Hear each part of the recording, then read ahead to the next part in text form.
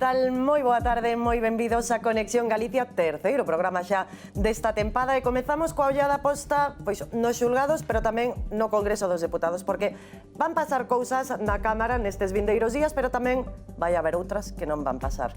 Por exemplo, os presupostos xerais do Estado, a obriga constitucional de presentalos remataba hoxe, e hoxe tamén remata o mes, e non temos nin teito de gasto. Dos xulgados tamén falaremos porque van 3 de 3, fiscal xeral do Estado, o irmán de Pedro Sánchez e a muller tamén do presidente desta última, con importantes novidades neste comezo de semana. Saudamos a todos os que nos seguen en directo cando son as 6:30 pola que dúas, tamén os noctámbulos, os que optan polo diferido e, por suposto, os que fan posible este programa. Aida Bao, xornalista de la cadena SER. Como estás? Estaba che dicindo, botábamos te de menos xa. Eu a vos, que tal o verán? Pois ben, curtiño. Já estamos aquí outra vez. E o teu? Ben, o mesmo, curto. Curto, sempre verdad? Curto. Traballaches moito. Diana Mata, de estrea neste platón. Que tal? Moi boas. Que tal? Encantada de estar aquí. Da Coruña. Da Coruña, uns aniños a fora, pero sempre co corazón e ca cabeza na casa. Bueno, Como e sempre. hoxe tamén polas pantallas de todos os galegos. Pilar Cernuda, xornalista tamén galega, co corazón sempre en Galicia. Sí, y me has visto ya el tema de... A ti tamén te botábamos de menos que non te tiveramos esta tempada, verdad? pero está la temporada, hombre. Sí, na temporada Sí, antes do verán, non? Sí, Pero antes ainda do verano, pasou... pero ahora no, ha pasado mes de agosto y parte de septiembre. No, agosto y septiembre no he venido. É verdad, é verdad. Pero estoy encantada de estar aquí, como siempre. Está en Galicia, que sigue maravillosa. Está unos días ahora, estos últimos días, y está fantástica. La verdad es que demasiado madrileño, es lo único que he hecho. ¿Ah, sí? Sí, sí. Y eso que ya era septiembre, pero demasiado madrileño. Los fitos que tienes, más o menos, recuerdas como de fantástico para nosotros, Sí. y ahora no puedes ni andar esa codazo. Ni andar. Sí, sí. Onte nun acto do presidente Rueda había precisamente unha pregunta que era que lugar de Galicia recomendaríades e cal non para non ir nunca. Sí, sí. Vieito Rubido, director del debate, como estás? Moi ben, onte estivo o presidente Rueda, pero xa estivera fai tempo dando as gracias aos madrileños, sí, porque 1.400.000 madrileños visitan Galicia o ano, e iso, eu que son dun pobo mariñeiro, pero o mar, a industria pesqueira está moi en declive, o turismo, sobre todo xa que se estende dende xullo ata setembro, é unha das fontes de ingreso e de manter os postos de traballo aí. Efectivamente, y eso evidentemente es lo bueno que, para Galicia. gracias- Pero me gracias a gustaría que Madrid. fuera más por etapas, porque es que está invadiendo Menos Galicia. estacional, verdad? Sí. Bueno, como por exemplo o Camiño de Santiago, que efectivamente todo o ano aí sí que os compostelán sí que teñen que lidiar todo o ano cos peregrinos, pero bueno, tamén ten o seu encanto. Bueno, ímonos meter en materia, porque teño aquí un dos autos destas últimas horas. Falamos xa do caso Begoña, temos dous informes, o informe da UCO, o informe tamén que se encargou a Fiscalía Europea, e que apuntalan os delitos de malversación e de tráfico de influencias. Como dicía, teño este informe, que non é o auto, é o informe da UCO que se lle pasou ao xuiz Peinado nestas últimas horas. Nel analízanse todos os correos que se intercambiaron o vicerreitor da Universidade Complutense e a asesora de Begoña Gómez. Con estes documentos acredítase que a asesora de Begoña Gómez, Cristina Álvarez, non só practicou e xestionou dun xeito activo, senón constante a petición de fondos para a cátedra da muller do presidente. Aida Bao, estamos ante unha nova pantalla ou non? Bueno, eu creo que os informes da UCO sempre hai que lelos con moita atención, tanto cando lleven ben o goberno, cando llevan mal o goberno, non? Porque digamos que dependendo do momento procesal temos un informe ou outro. Entón, a mí sempre me gusta saber pois cales son as pesquisas que está levando a cabo a Guardia Civil. Agora, creo que todo isto despois hai que chegar a demostralo. Claro, Begoña Gómez e a súa asesora Cristina Álvarez, o que elas están argumentando constantemente é que tiñan unha relación persoal, aparte de profesional, que eran amigas previamente. E neses 121 correos, que é certo que se mandan a distintas horas, non? Mándanse dende unha conta persoal de Cristina Álvarez, porque creo que este debate, levamos xa meses con el, eu sempre tiña dúbida de saber, porque claro, se era Cristina Álvarez cun correo de @moncloa.es, a min xa me parecía moi complicado desmembralo, non? Neste caso é un correo persoal dela, elas o que argumentan é que teñen unha relación de amizade, que evidentemente ela é unha traballadora con soldo público que se dedica a asesorar e a axudar a Begoña Gómez públicamente co seu correo corporativo de Moncloa e coas súas labores dentro de Moncloa, pero que aparte lle axuda digamos, puntualmente nas súas, en fin, nas súas actividades privadas. Claro, a media nestes 4 anos son 2 correos ao mes.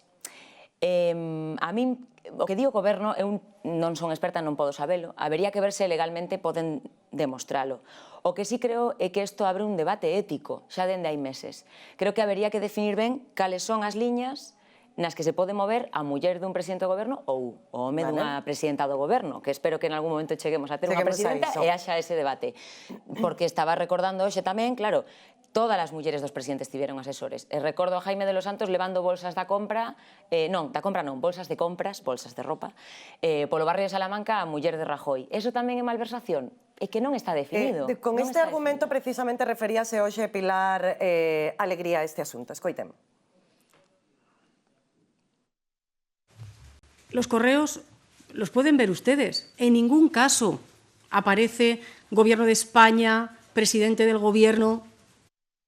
Non aparece Goberno de España, nin presidente do Goberno, Pilar Cernuda, pero sí é un correo persoal dunha asesora da muller do presidente do Goberno que fala non só no seu nome, senón no nome tamén de Begoña Gómez e en horario laboral. Efectivamente, ¿no? y son 120 correos. Y además ha intervenido ya la Fiscalía Europea. O sea, aquí todos hemos puesto un poco en duda al juez Pindado. Yo lo reconozco, por lo menos. No, ya no me creía que hubiera una campaña contra él, pero había cosas que no chocaban, ¿no? Iniciativas que chocaban, que hablabas con jueces y fiscales que le conocían bien y te decían que era una persona rigurosa, pero que efectivamente pensaban que estaba extralimitando en algunas cuestiones. Pero bueno, es que en este momento el informe de la UCO son 300 y pico páginas con conversaciones que evidentemente demuestran que había una persona supuestamente en labores de asesoría a la mujer del presidente de gobierno y sin embargo estaba trabajando directamente para sus negocios.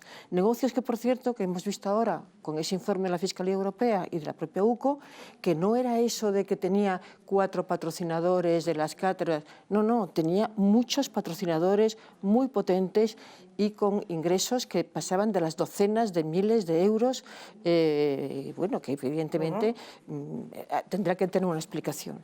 Hablabais de las asesoras o de las personas que trabajan con las presidentas.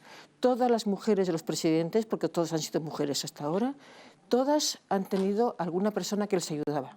Y todos hemos conocido los periodistas a lo largo de estos 50 años a todas estas personas que trabajaban para ellas. Eran personas que les ayudaban con protocolo, por ejemplo. Hablas tú de Jaime de los Santos, pues sí, Jaime de los Santos abiertamente le ayudaba a hacer compras en Madrid. Por cierto, la mayoría de ellas dejó su trabajo. Viri, la mujer de Mariano Rajoy, tenía un trabajo estupendo en Antena 3 y lo dejó porque pensaba que, primero, tenía obligaciones protocolarias y, segundo, porque pensaba que en algún momento podía chocar con su trabajo, no con su trabajo, con su papel de mujer presidente. Carmen Romero, que trabajaba en un colegio como profesora y sindicalista además, estuvo un tiempo y luego lo dejó y luego decidió, con la autorización, no autorización, sino que lo consultó con su marido también, aceptar la propuesta de Chávez de ser diputada por Cádiz. Es decir, Sonsoles Espinosa, que había trabajado en un coro, pues luego salía algo ya más así porque le metieron en el coro de Radio Televisión Española y además alojaba a las embajadas. Es decir, ahí puedes decir, había algún roce con lo que debe ser el papel de la mujer del presidente. Pero vamos, hemos visto, oye, que es que además la mujer de Sánchez es que cuando convoca al rector de la Universidad Complutense no le va a ver, que sería lo lógico cuando ella le va a pedir un trabajo y a ver si puede montar una carretera, sino que le invita a Moncloa. Sí. Todos sabemos lo que es un mensaje subliminal. A ti te invita a alguien a verte en Moncloa y te está recordando desde el momento en que entras que vas a ver a la mujer del presidente de gobierno. Absolutamente. Y además encima le pide una cátedra para la que no tenía ninguna de las condiciones para esa cátedra. No tenía ni siquiera licenciatura y se pedía que fuera una doctora. O sea, ahí ha habido irregularidades de todo tipo. Máis de 10 empresas contactadas e, ademais, pois, hai que lembrar que contradí tamén a versión que deu a propia Begoña Gómez ante o xuiz Peinado, sexa polémico ou non, dixo que a súa asesora facía determinadas xestións dun xeito puntual, Diana Mata. Eu penso, María, que aí dade un pouco na tecla de todo isto. Ao final é unha cuestión estética. Ata onde pode avanzar o xuez Peinado? Ímolo ver, porque siguen as súas pedindo informes, a Unidade Central Operativa elaborou este informe. Tamén é moi importante ter en conta ese dato. Son 121 correos. Son moitos correos electrónicos, pero en moito tempo. Son 3 correos ao mes, 2 correos e pico ao mes.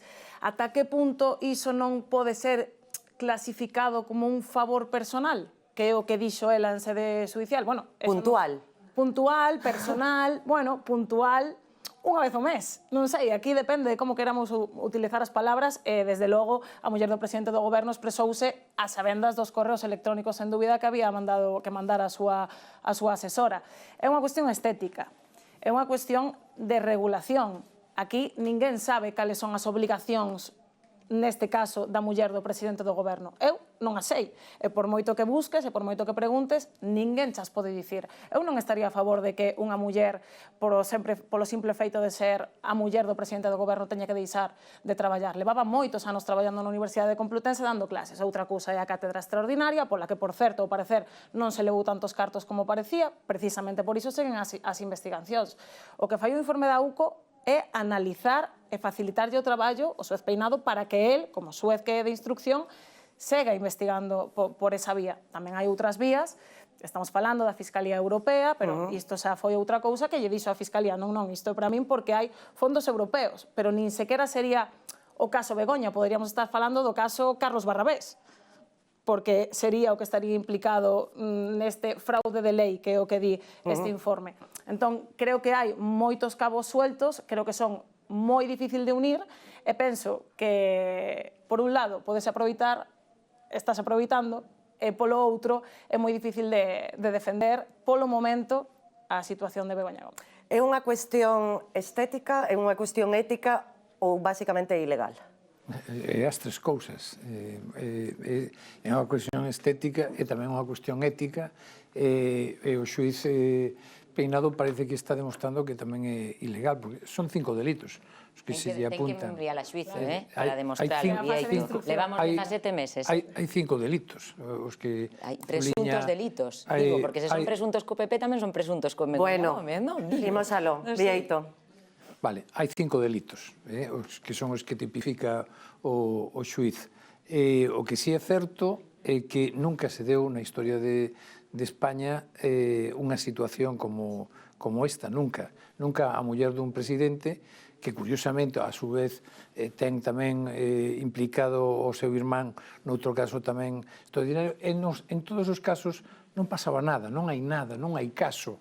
En fin, a min gustaría que non houbera caso, é dicir que non teño nunha actitud persoal nin contra Sánchez nin contra a súa dona, pero certo, o dato obxectivo, e como xornalistas, é que temos que ver que, efectivamente, por primeira vez, un presidente do goberno fai un aproveitamento da situación, tanto sobre todo a súa dona, do que se chaman rentas de posición.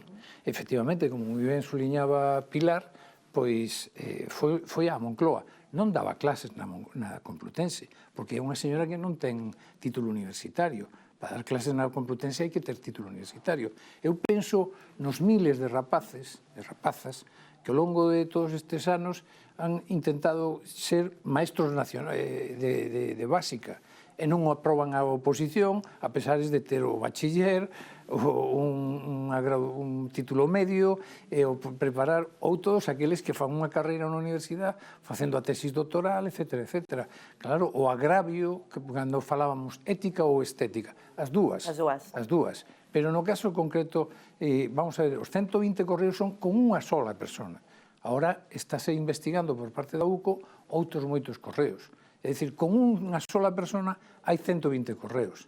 Non sei, ao mellor, por cuestións de traballo todos temos correos con xente, pero 120 correos con unha sola persona son moitos.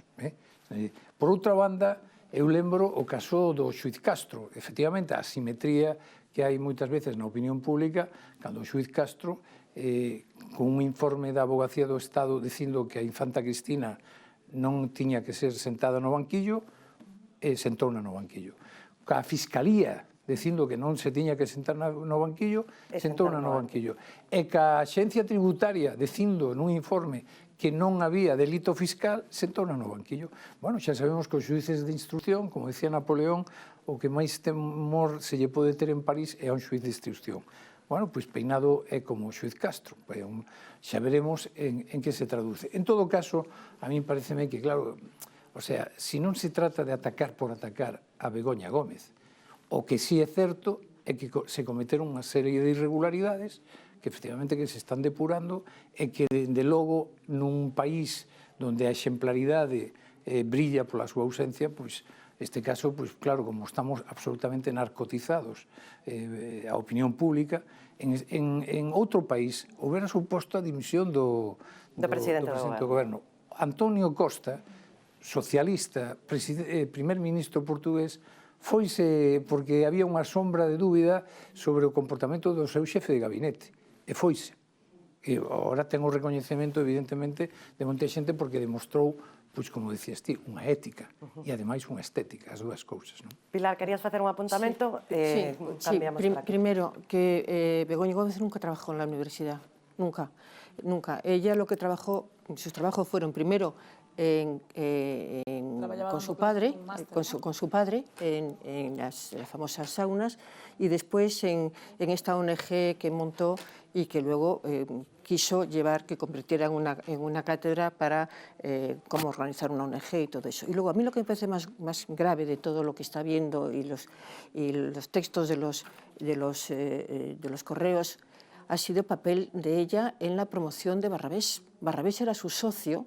Ella le llevó como socio para la famosa cátedra de la Complutense, y él ayudó buscando patrocinadores, y ella a cambio le apoyó fuertemente para conseguir contratos que tenían vinculación o dependían de decisiones del gobierno, y también están esos correos.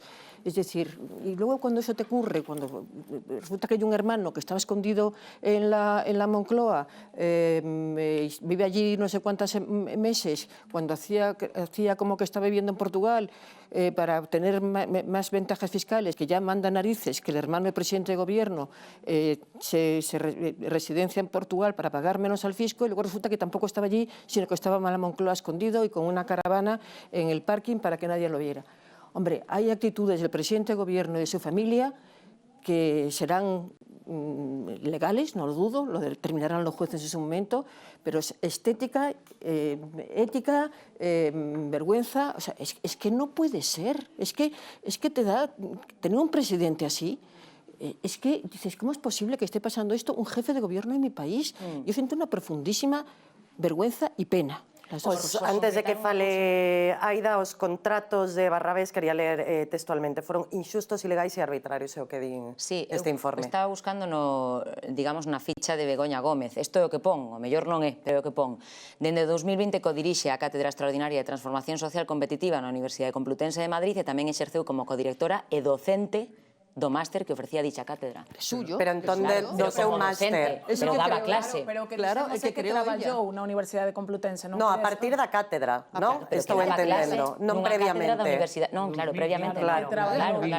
Claro, o sea, previamente pero que sí que traballou na Universidade Complutense algunha vez na súa vida, que estamos dicindo aquí, non traballou nunca. Con esa cátedra, non? Con la cátedra de ella. Claro, na Universidade Complutense. Me refiero, claro, todo isto... Pero era no 2020. Que levaba 2 anos cando comezou coa cátedra, cando se cancelou no tour. E todo isto comezou xa pois a pasada semana, porque o xuíz Peinado anunciou que se chega ao banco dos acusados sería un xurado popular o que xulgaría a Begoña Gómez. Citouna o sábado, ademais, nun auto que dicía que era persoalmente, presencialmente, a ela e os outros dous imputados, lembramos, a asesora de Moncloa e tamén o delegado do Goberno de Madrid actual. E a sorpresa foi maiúscula, porque nin os xornalistas que estábamos ali, nin o xuíz sabíamos que non ia acudir. Pero peor foi que todo isto foise liando, había despregue policial, había policía secreta dentro do edificio, pero ali non chegaba ninguén. Que vos parece isto, que por certo coincidía co aniversario do xuíz Peinado, que ese día estaba de garda? Que opinión vos merece? Bueno, coincidimos ti e máis eu cando na Praza Castilla nos xulgados, cando sabíamos que ia ser o sábado. No primeiro intre era como que un sábado? Bueno, era simple, era formalismo judicial, 3 días, coincidía el sábado, estaba de guardia, era o seu cumpleanos, tiña o todo peinado o pasado sábado, menos a Begoña Gómez, que deixounos plantados a todos, tanto os xornalistas como o propio xuiz de instrucción. Que pasa? Que a defensa xa o tiña previsto. Obviamente, ese artículo 25 da circular da Fiscalía do ano 95, pois o que dicía era que non era indispensable a presencia dos acusados, non só de Begoña Gómez, senón tamén do actual delegado do Goberno en Madrid e tamén da súa asesora. Sorpresa sí, pero xa sabemos como é o Juez Peinado, que cando non está conforme non ten ningunha dúbida en suspender e aplazar. Pero a pregunta é, se xa estaba previsto, por que ese despegamento policial? Non? Entendo que pola posibilidade de que aparecera, non? Ou de que o pensaran mellor e de que decidiran De que aparecer. decidira aparecer. Entendo que será un protocolo de seguridade tendo en conta que se pode, porque ademais vos saberedero mellor, pero eu vin imaxes de algún que outro manifestante de ultradereita con pancartas, con Sempre. xente Sí, pero que estaban quixera. todos bueno, afastados, vaya, Sí, había estaba un... o perímetro protegido, mellor é sí. precisamente por eso. Sí. Entendo, quero entender que por eso. Sí. Falábamos dun xurado popular, isto entendo que quere desbotar a posibilidade dun lawfare, non? Por parte do xuiz Peinado. Vamos a ver, lo del...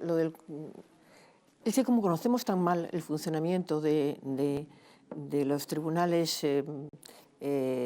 populares, y además tenemos todos la imagen de las películas de televisión y de las series de televisión. Y eso, quieras que no, tiene una connotación negativa, porque siempre son tribunales para temas muy sórdidos, ¿no? De crímenes, de no sé qué, con lo cual yo entiendo que ella esté muy incómoda y su familia con el hecho de que haya un tribunal popular. Y además tenemos muy poca experiencia de tribunal popular, aunque por lo visto de vez en cuando funcionan bien, ¿no? Y además hay estadísticas que se han hecho públicas estos días, que la mayoría de las sentencias de un tribunal popular, en su 90%, son de culpabilidad. Yo recuerdo, y lo he recordado estos días, hace ya, en el 15, cuando se aprobó la ley del Tribunal Popular, que fue muy contestada, muy debatida. Además, ya ahí no hubo ideologías, hubo un debate enorme entre los profesionales, entre los políticos, de si era bueno, si no era bueno, si estaba bien redactada. Y Julia Navarro y yo hacíamos en aquella época un programa en televisión española que se llamaba Centros de Poder, que entrevistamos a los presidentes de todas las instituciones del Estado en sus sedes y nos explicaban el funcionamiento de la institución. Fue un programa que fue muy bonito. Y una de las personas que entrevistamos fue a Pascual Sala, que en aquel momento era el presidente del Consejo General Consejo General del Poder Judicial y Tribunal Supremo. Y entonces le preguntamos por el tribunal. ¿Usted qué opinión tiene del tribunal? ¿Y a usted quién le gustaría que le juzgara? ¿Un tribunal o un juicio convencional o un tribunal popular? Y contestó, si yo fuera culpable, preferiría que fuera un tribunal popular. Si fuera inocente, que fuera un tribunal con jueces. Entonces, bueno, esa frase ha quedado ahí, se repite, tú la recordarás. Pero moitas veces, incluso antes de Sala, decía moito Balbín. Xosé Luis Balbín, cando se implantou o sistema de xurado, el decía sempre eso. Decía, si son inocente que me claro, juzgue un porque xuez. te ofrece más garantías un tribunal convencional con jueces y fiscales. Y si soy culpable, porque le puedes engañar mejor. Eso es lo que nos dice. La frase que se ha quedado ya para la historia de unha Pascual xogada Sala. maestra en calquera caso do xuiz Peinado. Como están dicindo que os xuices somos parciais, pois xurado popular. A verdade é que non teño moito criterio nesta cuestión. Sei que a Paco Camps, que por aqueles catro famosos traxes, xuzgaron un xurado que eran 5 persoas, me parece, que 3 votaron como inocente, 2 como culpable. E saiu inocente. Non teño moito criterio neste. Non sei moi ben por que tipo de delitos pode haber xuiz, o sea... Xurado popular. Sí, un xurado, sí. Un xurado e cal non sei. Por malversación, dende logo sí, e pouco despois de coñecer esta noticia que chegaba da man, da letra do xuiz Peinado, Pedro Sánchez dicía, isto non é estranxeiro. El tiempo pondrá las cosas en su sitio. ¿Nos toca defender la verdad? Pues defenderemos la verdad, y la verdad es que mi hermana y mi mujer pues son inocentes. Y espero que cuando eso suceda, y la justicia así lo dicte, pues tenga la misma repercusión mediática que tiene ahora mismo pues todo lo que está planteando en este caso el juez Peinado. Presiona si o presidente do goberno os xuíces o xurado popular antes do xuízo? Eu creo que tendo en conta o que temos escoitado todo agora, xa non, porque xa temos escoitado tanto que Begoña Gómez é culpable sen probas como que é inocente todavía sen que termine o proceso xudicial, non? Non, eu creo que o presidente do goberno, el, dende logo públicamente, o que amosa, isto é o que amosa públicamente, é que el teno claro, pero claro, o resto dos cidadáns o que queremos é ver que efectivamente remata o proceso xudicial e que se como el defende, son inocentes, se arquiven, non, as dilixencias. Estaba lendo agora polo tema da lei do xurado, porque eu recordaba que está marcado por lei. Non é unha decisión do xuiz, senón é unha decisión en función do delito que se está a xulgar. Entón, a lei do xurado establece que os delitos de malversación deben xulgarse por xurado popular na audiencia provincial, salvo no caso de que o acusado sea forado. Entón, claro, neste caso era o que... Pero, por exemplo, creo que tráfico de influencia xa non entraba, non? Por iso hai esta separación desta causa, non? Bueno, continuamos con este asunto. Queredes falar máis de Begoña Gómez? Deixámolo aquí, sí? Vale, deixámolo aquí. Deixámola tranquila porque creo que vai dar moito do que falar. Vai dar moito, verdad? Sí. Eu coido que ata antes de que remate esta semana teremos algunha noticia máis deste caso, pero xa iremos falando. Bueno, calvario xudicial pro goberno coincide tamén co peor momento da legislatura, tamén pro executivo. Unha morea de derrotas parlamentarias, por exemplo, a pasada semana, o non traspaso das competencias de migración a Cataluña, tampouco a medida estrela de Yolanda Díaz, a reducción da xornada laboral. Agora está tamén en albas ese decreto do embargo do armamento de Israel. Game over da legislatura? Remata? Pues yo creo que no lo sabe ni Sánchez. No, lo digo completamente, no de broma. Yo creo que Sánchez no sabe qué hacer con la legislatura, no sabe, imagino que estará asesorándose incluso hasta con los sentimientos de su familia, de su gente, ¿no? Pero es que estamos yendo un presidente de gobierno. Oye, es que el 2 de este mes, esta mañana he ido a ver la fecha, el 2 de este mes dijo que por supuesto que iba a presentar los presupuestos del Estado. Sí. Pero es que recordamos todos, cuando la primera vez que Feijóo no pudo, perdón, que Rajoy no presentó los presupuestos, él, que era líder de la oposición, dijo que un jefe de gobierno que no es capaz de redactar los presupuestos tiene que presentar inmediatamente la dimisión. Él no lo ha hecho, lleva 3 presupuestos, con lo cual no solamente mintió, porque si hace un mes dijo que los iba a presentar, quiere decir que lo tenía prácticamente listos. Y luego la ministra de Economía, vicepresidente de Economía y de Hacienda, hace 3 días dijo en sede parlamentario que se iban a presentar y que solo quedaban algunos ajustes. Mintió, porque si fuera así, que solo faltan unos ajustes, ya estaría prácticamente el decreto redactado. O sea, nos mienten como bellacos. Non hai teito de gasto. Nada, ni tampoco ni techo de gasto, ni nada. Es decir, que era la previa, ¿no? Yo no sé qué va a hacer. Pero luego él todo el tiempo está percibiendo cosas, subvenciones, ayudas, subidas. En clave electoralista, ¿no? Todo el tiempo. ¿Con qué dinero? ¿Con qué dinero, señor presidente, va a dar usted todo esto? Es que no puede dar ni el bonobús de un autobús si no tiene dinero, si no puede gastarlo. Ayer mencionó fondos europeos. Bueno, fondos europeos en Bruselas ya le han dicho, oye, hasta aquí, hasta que no nos diga en qué ha gastado hasta ahora, que no sigue sin darlo, y no sabemos qué destino les ha dado, oiga, olvídese de lo que queda. Entonces, estamos en una situación con un presidente de gobierno que miente, una vicepresidenta de Economía que miente, y unos presupuestos sin aprobar, y siguen, bueno, un parlamento. Mira, la única verdad que ha dicho, se puede gobernar sin parlamento, lo dijo en invierno pasado. Sin presupuestos, sí. No, lo dijo sin parlamento. Sin parlamento también. Sin parlamento. Él está gobernando sin parlamento. ¿Cuánto tiempo puede hacerlo? O sea, yo en mi vida pensé que fuera a vivir una situación así. Esto es un país democrático y yo doy por hecho que el presidente es democrático.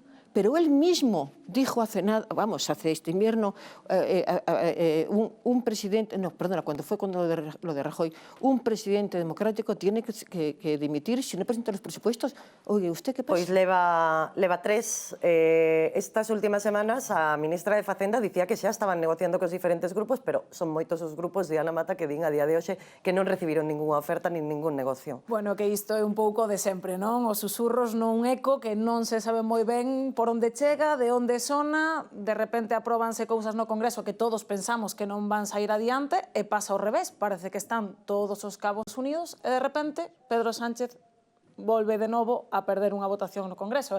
A debilidade parlamentaria é máis que evidente do presidente do Goberno, pero Pilar preguntábase que vai facer? Eu non sei que vai facer. Xa o dixo el.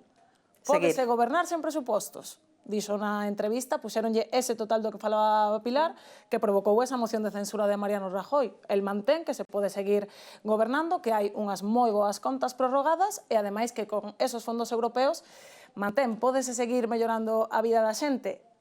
Hai que ter cuidado porque un dos membros de Sumar, da Xunta Aragonesista, xa dixo. Está pedindo eleccións se non se presentan os Se non se presentan os presupostos, entón, hai moitos sitios onde hai que poñer orden. Empezando polo propio goberno de coalición e despois ir seguindo. Que hai conversas? As conversas están todos os días e os que estamos nos pasillos do Congreso ben o sabemos. Que sexan fructuosas? Non sei. María Jesús Montero, eu penso que está traballando para que así sexan. Que os socios son moi duros de roer, pois tamén é verdade. Pódese gobernar sen presupostos, pero Pilar Alegría teno claro, os presupostos vanse presentar, escoiten. ¿Cuándo? Pues sí. Los plazos tienden a alargarse. Ahora, aun con todo y aun siendo perfectamente conscientes de esta realidad, lo decía la pregunta que me ha hecho su compañero, la intención del Gobierno sigue siendo la misma. Pero si se acabó el plazo.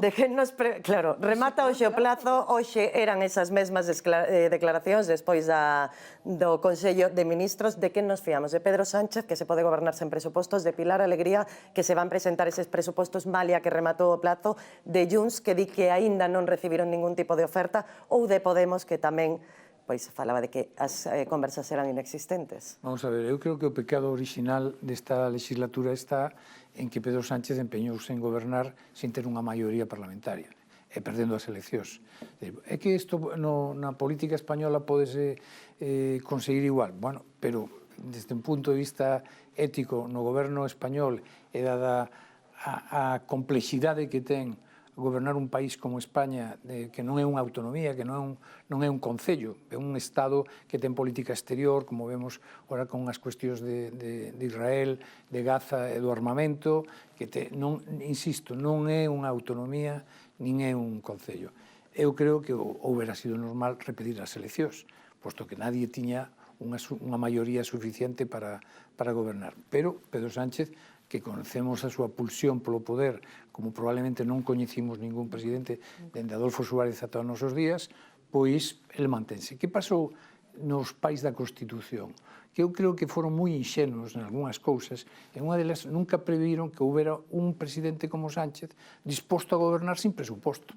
Porque o normal sería que na Constitución se dixera hai que presentar o presuposto neste plazo, poderáse prorrogar excepcionalmente un ano, pero 3 anos non.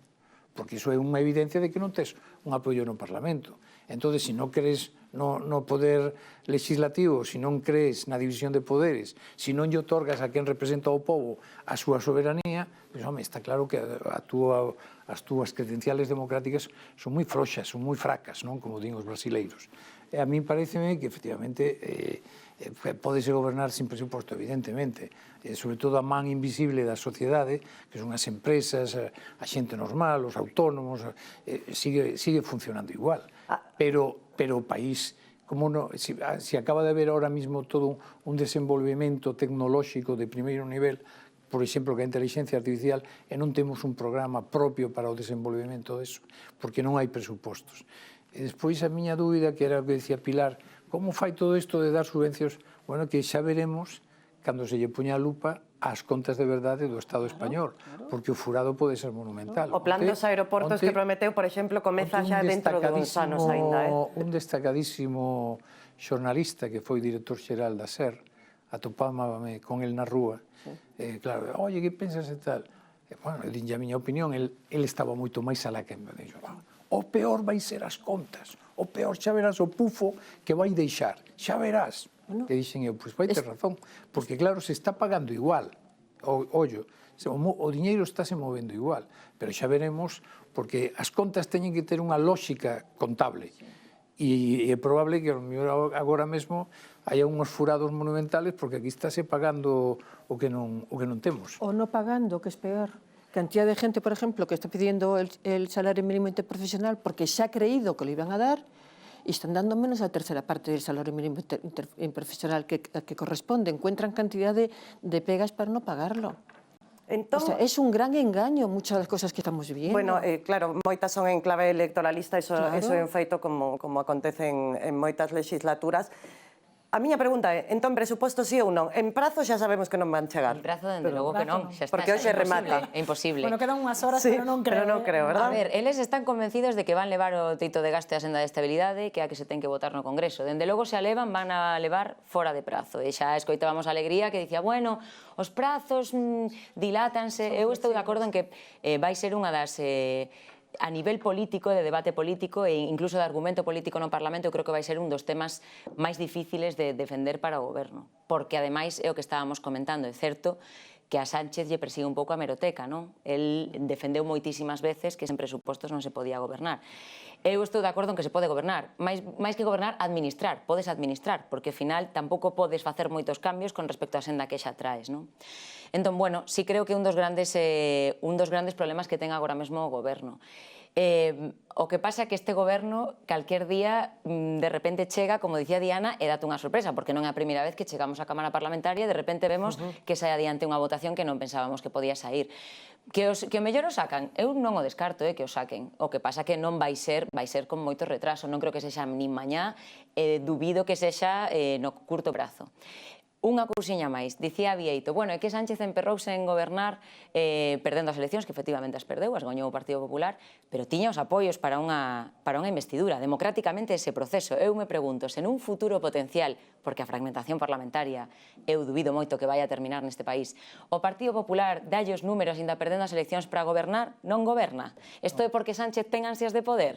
Calquera partido que lle dé a maioría para unha investidura vai gobernar. Eu vou che dicir o meu punto de vista. O meu punto de vista é se o Partido Popular ten que facer unhas alianzas contra a Natura... Con Junts, por exemplo. Con Junts, por exemplo, e tivera que darlle, por exemplo, entre outras cousas, unha amnistía ou un cupo fiscal que abertamente é insolidario e inviable ca economía española, eu persoalmente estaría absolutamente en contra. Non, claro, pero estou de acordo en que ti estarías en contra, pero crees que Feijóo non pactaría? O que quero dicir é que a nivel político, o político que ten números goberna. Porque gobernar a calquer precio pareceme lamentable nunha democracia. Non se pode gobernar a calquer precio. Eu podo estar de acordo contigo, que quero dicir o que despois pasa. El ejemplo de Felipe González. En el 96 ganó las elecciones Aznar, pero Felipe podía gobernar con la izquierda, que además se lo ofrecieron. Y Felipe dijo, lo siento. Las elecciones la ha ganado el Partido Popular y ellos tienen toda la, vamos, tienen creo que tienen el derecho a intentar gobernar y gobernaron. No, sí, eso es, mira, gobernar, eso es, o que pasa que non lle daban os números, así funcionaban los políticos de antes, a los que yo echo tanto de menos y a los que son tan denostados por el gobierno actual. Pero vivan Pilar, aquellos, na ronda do Rei, vivan o primeiro en aquellos. visitar o Rei foi Alberto Núñez Feijóo porque foi o gañador das eleccións, non puido formar goberno. De acuerdo, pero Felipe González sí podía haberlo formado. Y lo primero Claro, que dijo pero es... eso fue en el 96, no, estamos perdona, en 2024. en un año en el que había políticos como Dios manda. Que pero era dijo, outra cámara, de Pilar. acuerdo, otra cámara no, otro talante, otra forma de trabajar. Desde logo, que tamén. estos están denostándolo. Ya les gustaría a los españoles que hubiera políticos como la de aquella época. Sí, pero Felipe a fragmentación González parlamentaria do ano 96 non a de 2025. perdió las elecciones, podía ganar porque Aznar en la primera legislatura tuvo muy pocos apoyos, podía gobernar Felipe, dijo, perdón, no.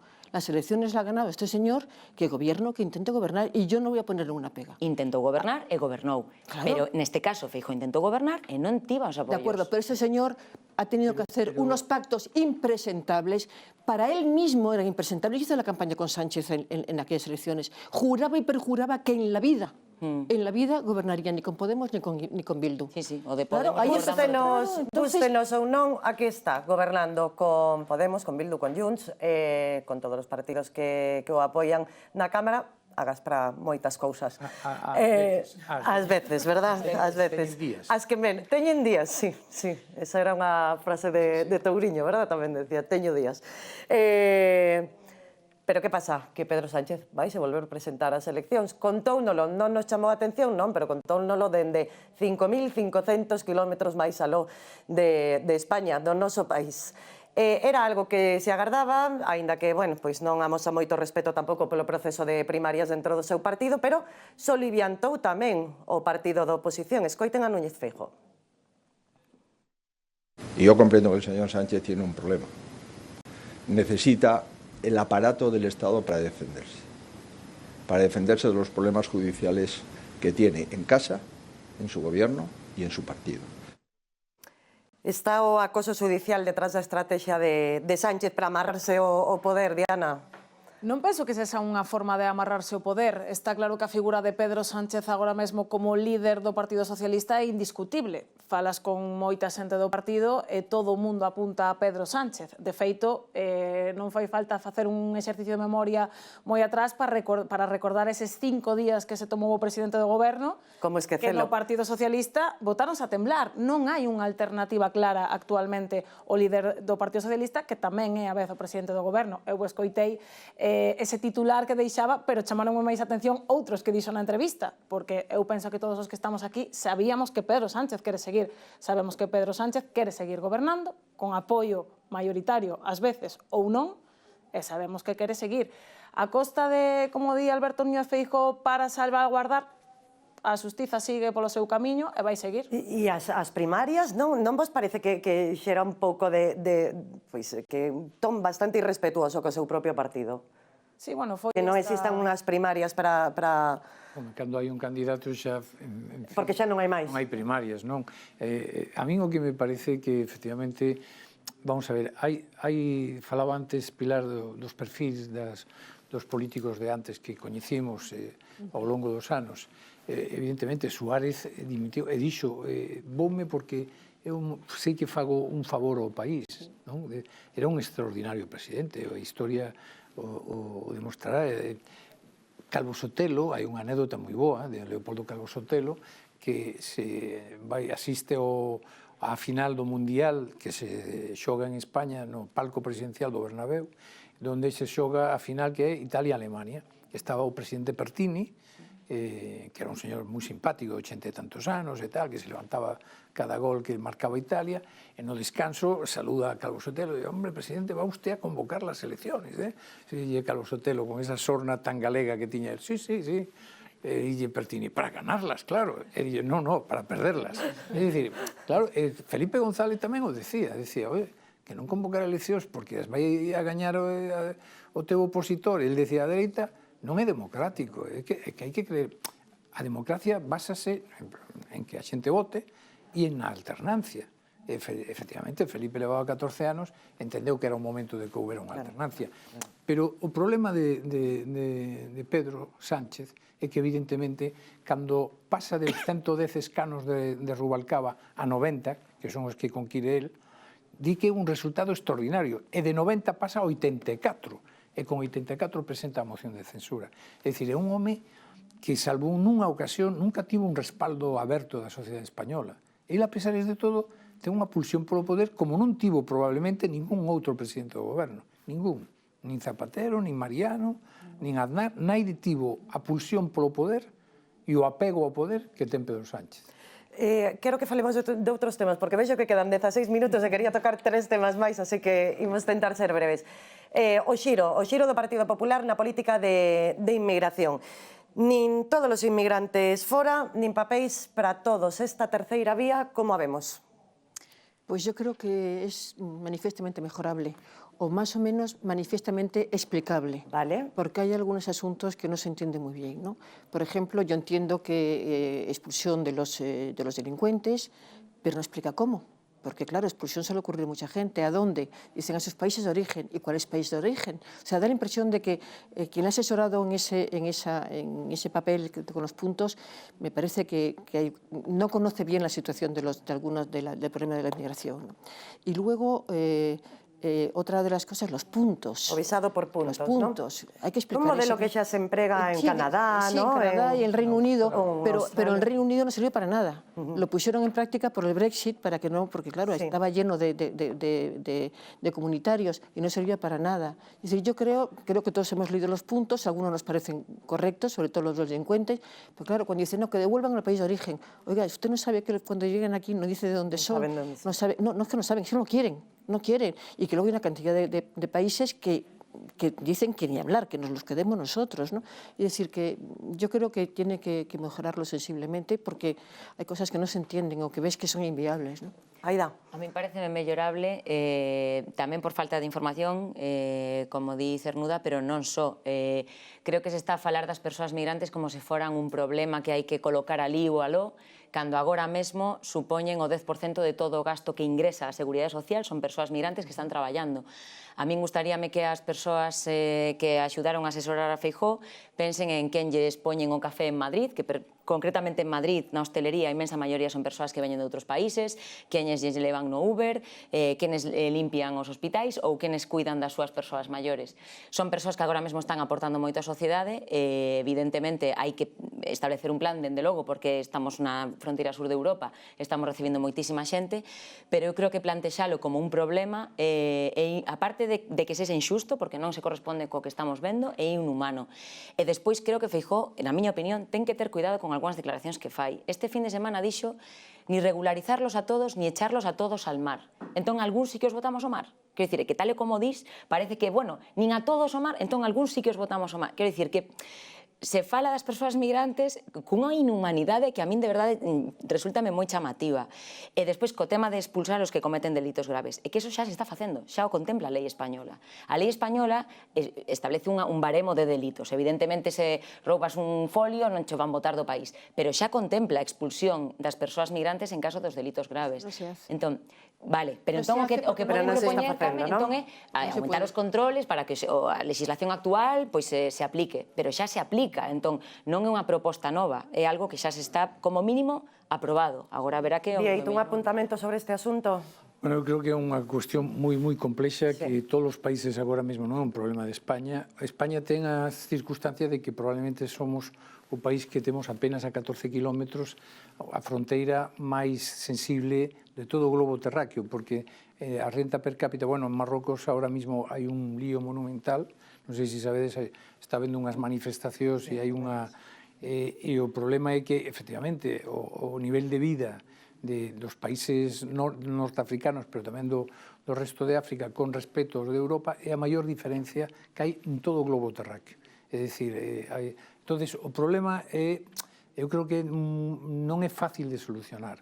Dende logo, Meloni, en Italia, impuxo unha serie de normas, en Grecia tamén o están facendo, Francia ten un problema gordísimo porque tivo unha enorme xenerosidade cas súas antiguas colonias e hoxe por hoxe ten situacións como a de Marsella, onde o primeiro idioma é o árabe e o segundo o francés, e a propia Meloni, claro, é dicir, eu estou de acordo, eu, por exemplo, toda a inmigración que está representa agora mesmo todo o eido hispanoamericano, latinoamericano e tal, vamos, a mí parece que é un enriquecimento de España maravilloso.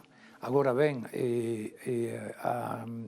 todo o que ven sendo o norte de África, con isto non pretendo decir estes e estes non, pero a súa integración está sendo moi difícil. Claro, Meloni decía, oiga, se a vostede lle irrita, dixo Meloni, ver un crucifixo, entonces este non é o sitio que ten que vir. Hai moitísima extensión no mundo do Islán. Pode vostede ir a outro sitio, pero se a vostede lle irrita o crucifixo, pois entonces este non é o seu territorio. Pero Vieito, hai moita xente da África subsahariana que non lle irrita ver un crucifixo, que veñen aquí a tratar de traballar e buscar unha vida que non teñen. Ele estaba falando dos que lles irrita, dos que fan... Pero que parece que todos os africanos lles irrita... Eu estou dicindo que é un problema de enorme complexidade e que a día de hoxe naide o amañou adecuadamente. Si é certo que é un problema global, Diana. O que non podemos pensar é que hai inmigrantes ou migrantes de primeira e migrantes de segunda. Aquí todo o mundo que emigra, como migramos especialmente os galegos, buscábamos unha vida mellor. Que falta a concreción? Toda do mundo, pero tamén falta unha cousa moi importante que non temos neste país, que é o diálogo.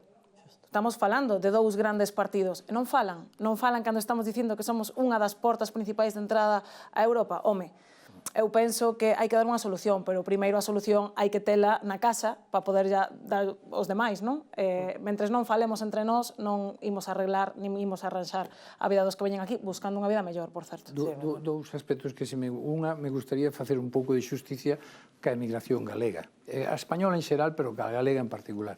Pero nós, cando emigramos, incorporámonos a aqueles territorios admirablemente.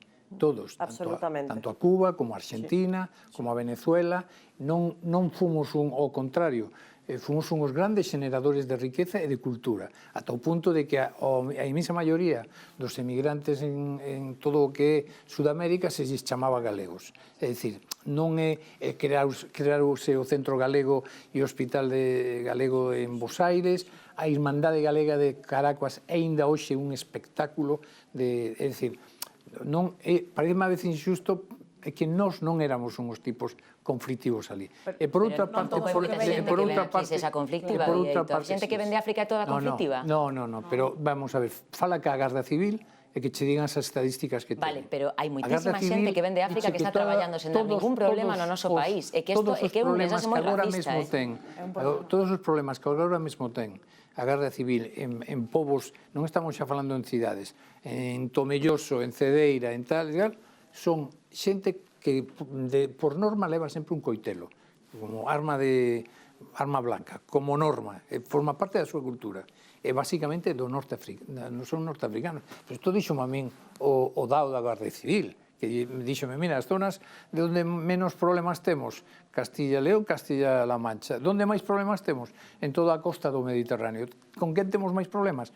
Con xente que ven basicamente do norte de África e casi todos os incidentes con armas blancas. Mira, un exemplo, en Galicia, Burela. Sí, cambiamos. Que problema de convivencia hai en Burela? Ningún, en Burela. Hai galegos de segunda generación nacidos ali. Máis que quería decir, o diálogo. O diálogo nunha sociedade democrática ten que tener a iniciativa o goberno, sexa quen sexa o goberno. É que este goberno non quere falar con Claro, naide. pero cando falamos, por exemplo, da reubicación de menores migrantes, a Comunidade de Madrid négase, inda que está un acordo aprobado por todas as comunidades autónomas. Cataluña, Agás Cataluña, non?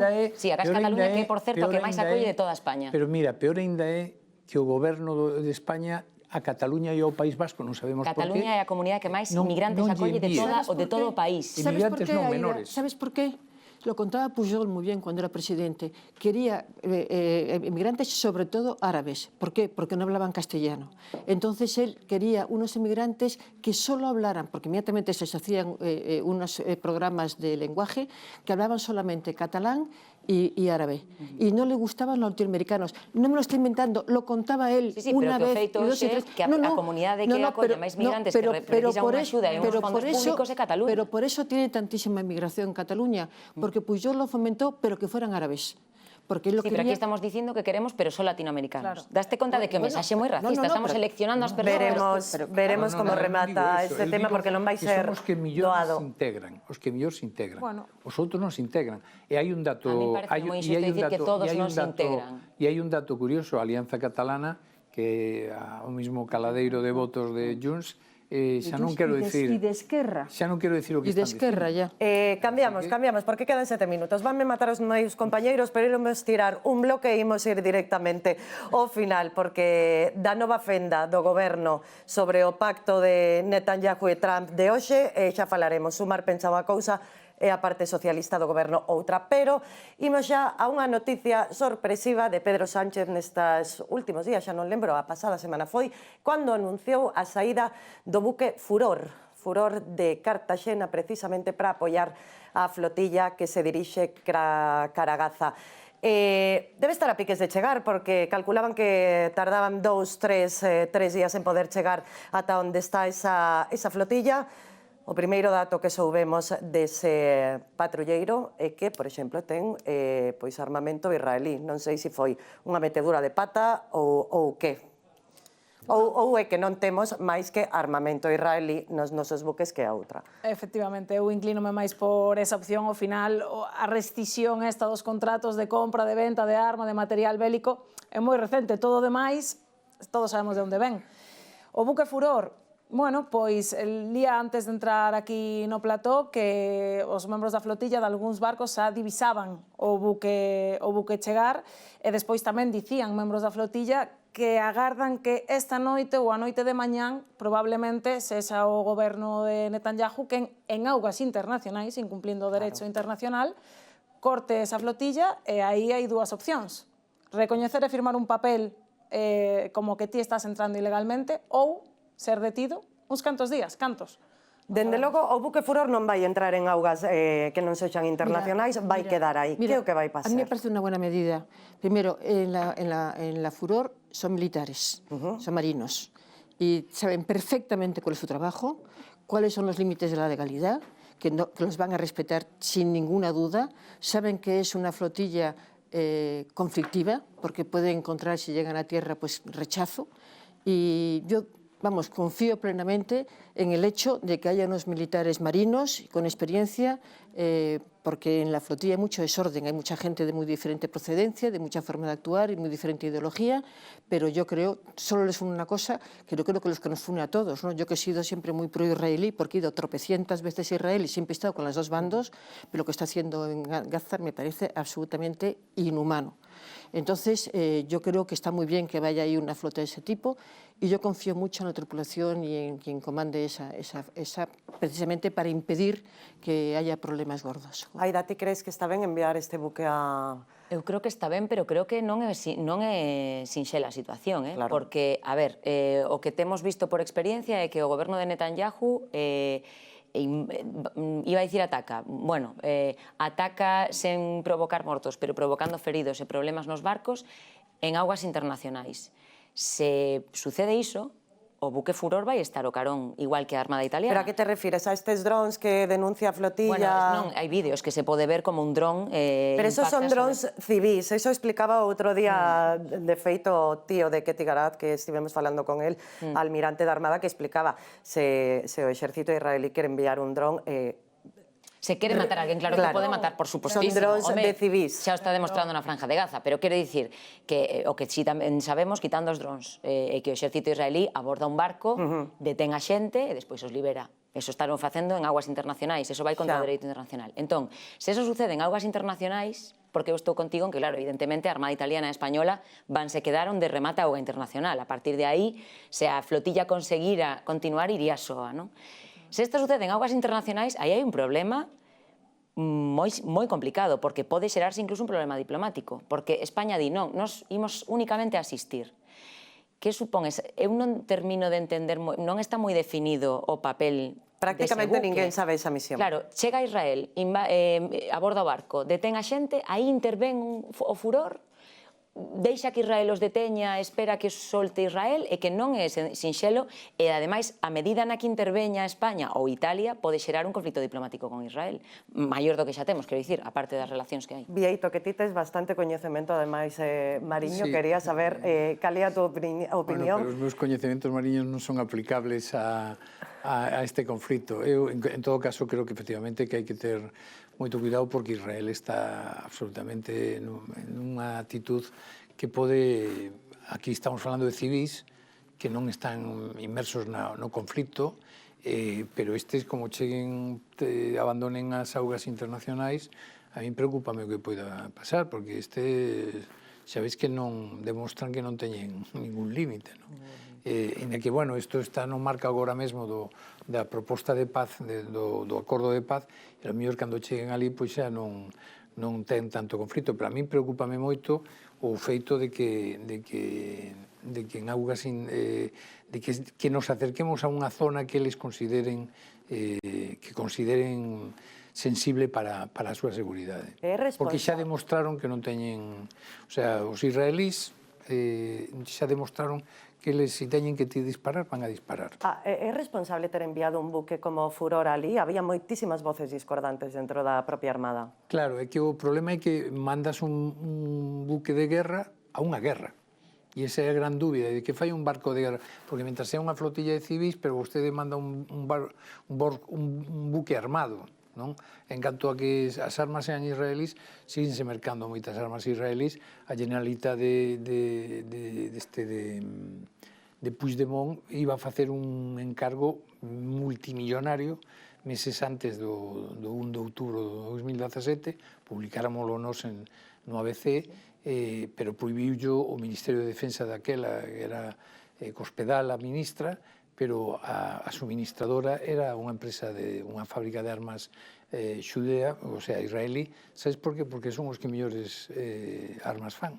Entonces os vascos e os cataláns tamén lles compran para as súas policías, lles compran armas israelís. Veremos en que queda ese decreto para tombar para o embargo das armas de Israel, que algún apéndice ten do goberno que non soubemos ata estes últimos días. Quedamos prácticamente xa sen tempo. Aida Bao e Diana Mata, moitísimas grazas por estar hoxe a ti. Grazas pola túa estrea tamén. Pilar Cernuda e Vieitor Rubido, moitas grazas por estar hoxe aquí tamén. E moitísimas grazas a todos vostedes. Xa saben que isto é Conexión Galicia. Son María Chede, vémonos, como non, todos os martes.